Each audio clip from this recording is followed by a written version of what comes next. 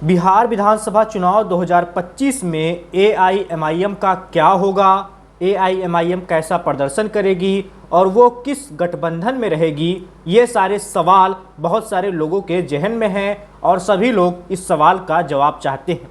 तो चलिए आपको सियासी गलियारों में चल रही चर्चाओं के आधार पर मैं इन सभी सवालों के जवाब देने की कोशिश करता हूं।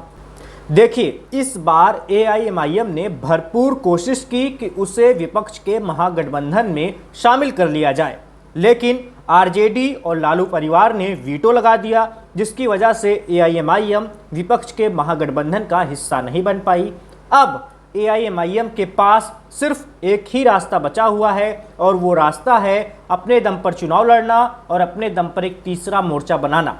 पिछली बार की तरह, जैसे पिछली बार एक तीसरा मोर्चा बना था बिहार में, जिसमें एआईएमआईएम ने अगुवाई करते हुए कई सारे दलों को अपने साथ जोड़ा था। इसमें बसपा शामिल हुई थी, इसमें यूपी वाले जो ओम प्रकाश राजभर हैं इनकी पार्टी शामिल हुई थी, सुहेलदेव भारतीय समाज पार्टी, सुभाषपा जिसे कहते हैं। इसके अलावा उपेंद्र कुशवाहा की अपनी एक पार्टी हुआ करती थी उस वक्त, वो भी शामिल थे इस तीसरे मोर्चे में। हालांकि तीसरे मोर्चे में सिर्फ एआईएमआईएम को ही सीटें नसीब हुई थी और एआईएमआईएम ने 5 सीटें जीती थी।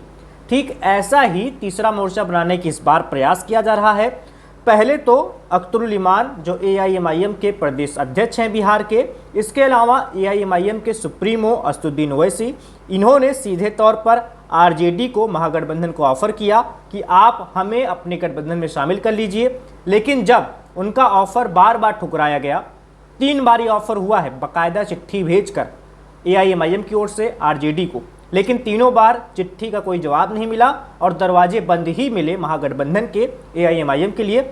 इसके बाद तीसरा मोर्चा बनाने की कोशिश है। इस कोशिश में कई सारे दलों से बातचीत चल रही है, जिसमें सबसे बड़ा दल है आज़ाद समाज पार्टी का। चंद्रशेखर आज़ाद रावण की ये पार्टी है, मुख्यतः उत्तर प्रदेश की है। नगीना की सीट 2024 के लोकसभा चुनाव में इस पार्टी ने जीती और इस पार्टी के मुखिया चंद्रशेखर आज़ाद रावण लोकसभा पहुंचे। फिलहाल ये पार्टी अपना विस्तार करना चाह रही है, उसकी नज़रें हैं बिहार चुनाव पर, बिहार के दलित मतदाताओं पर, और एआईएमआईएम के साथ गठबंधन की पूरी संभावना है चंद्रशेखर आज़ाद की, आज़ाद समाज पार्टी की। तो अब इतनी चीज़ें स्पष्ट नज़र आ रही हैं कि एआईएमआईएम तीसरे मोर्चे के साथ चुनाव लड़ने जा रही है और इस तीसरे मोर्चे में चंद्रशेखर आज़ाद रावण की पार्टी शामिल हो सकती है। अब इस सवाल का जवाब आपको देते हैं कि एआईएमआईएम का प्रदर्शन इस बार कैसा रह सकता है। तो इसके बहुत सारे दावे हो रहे हैं। जैसे एक दावा जो एआईएमआईएम के लोग कर रहे हैं और दूसरा दावा है जो राजनीतिक गलियारों में चल रही चर्चाओं में किया जा रहा है। तो जो एआईएमआईएम के लोग दावा कर रहे हैं, उनका कहना है कि इस बार ज़्यादा सीटों पर लड़ा जाएगा। आमतौर पर ऐसा कहा जा रहा है कि 100 सीटें इस बार एआईएमआईएम चुनाव लड़ सकती है। अच्छा, पिछली बार 20 सीटों पर लड़े थे, ज़्यादातर सीटें सीमांचल की थी और 5 सीटें जीती थी एमआईएम ने। इस बार कहा जा रहा है कि 100 सीटें लड़ेंगे और अपना प्रदर्शन सुधारने की कोशिश करेंगे, पिछले बार से अच्छा प्रदर्शन करने की भी कोशिश करेंगे, ऐसा एआईएमआईएम के लोगों को कहना है।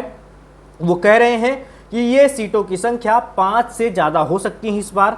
और एआईएमआईएम के जो लोग ये बातें कह रहे हैं, वो लोग बहुत ज़्यादा आत्मविश्वास से भरे हुए हैं और वो बहुत ही मजबूती के साथ ये दावा कर रहे हैं कि आप देखिए इस बार एआईएमआईएम 5 से ज़्यादा सीटें जीतने जा रही है बिहार विधानसभा चुनाव में।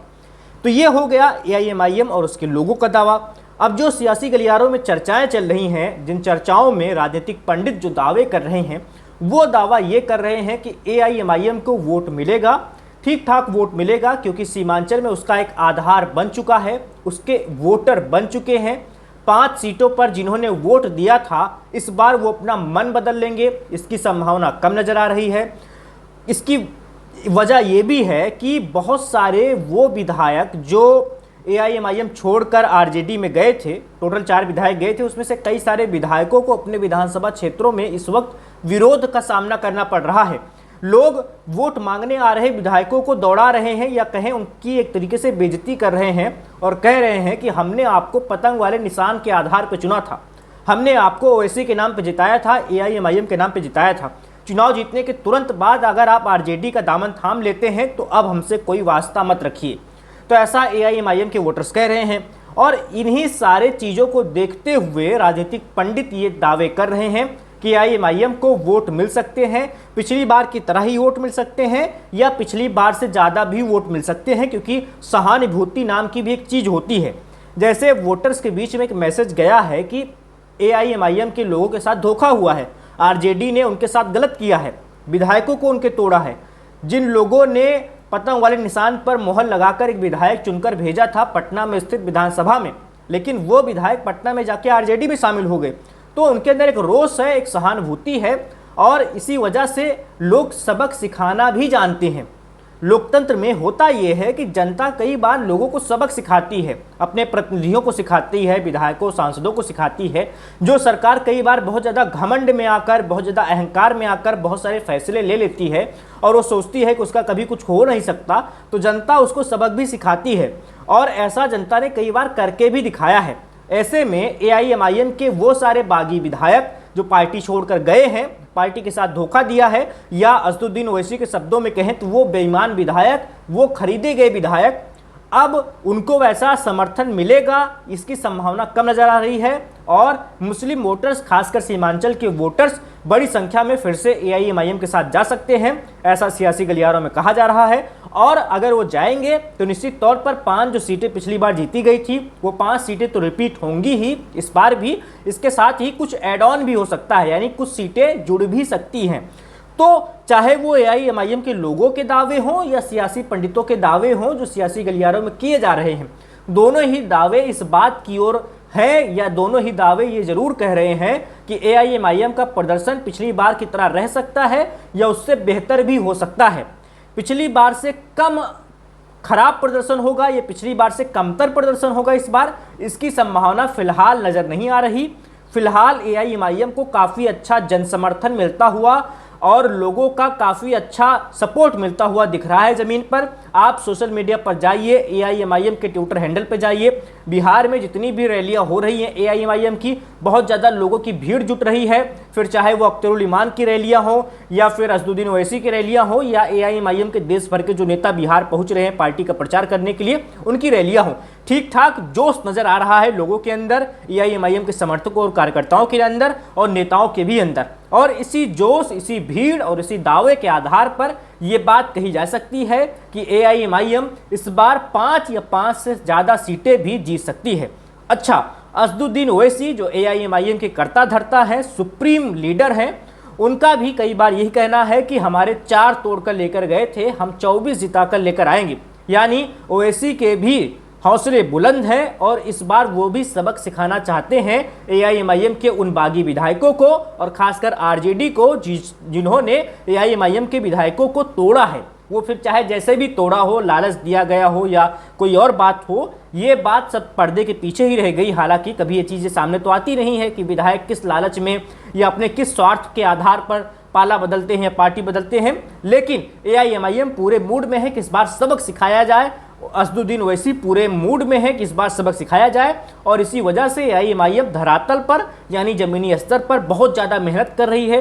उसके प्रचार में, उसके प्रसार में एक जोश दिखाई दे रहा है और इसी चीज़ को देखते हुए लोग ये कयास लगा रहे हैं, लोग ये दावे कर रहे हैं कि पिछली बार की तरह प्रदर्शन रह सकता है या उससे बेहतर हो सकता है। कम खराब प्रदर्शन होने की या कमतर होने की गुंजाइश तो फिलहाल नज़र नहीं आ रही। फिलहाल चुनाव में वक्त है, अभी 1 महीने से ज़्यादा का वक्त है। कहा जा रहा है कि नवंबर के पहले हफ्ते या नवंबर के दूसरे हफ्ते में बिहार में विधानसभा का चुनाव हो सकता है और अभी इसी 1-1.5 महीने में बहुत कुछ घटित होगा। अभी 1-1.5 महीने में बहुत लोगों की अदला बदली होगी।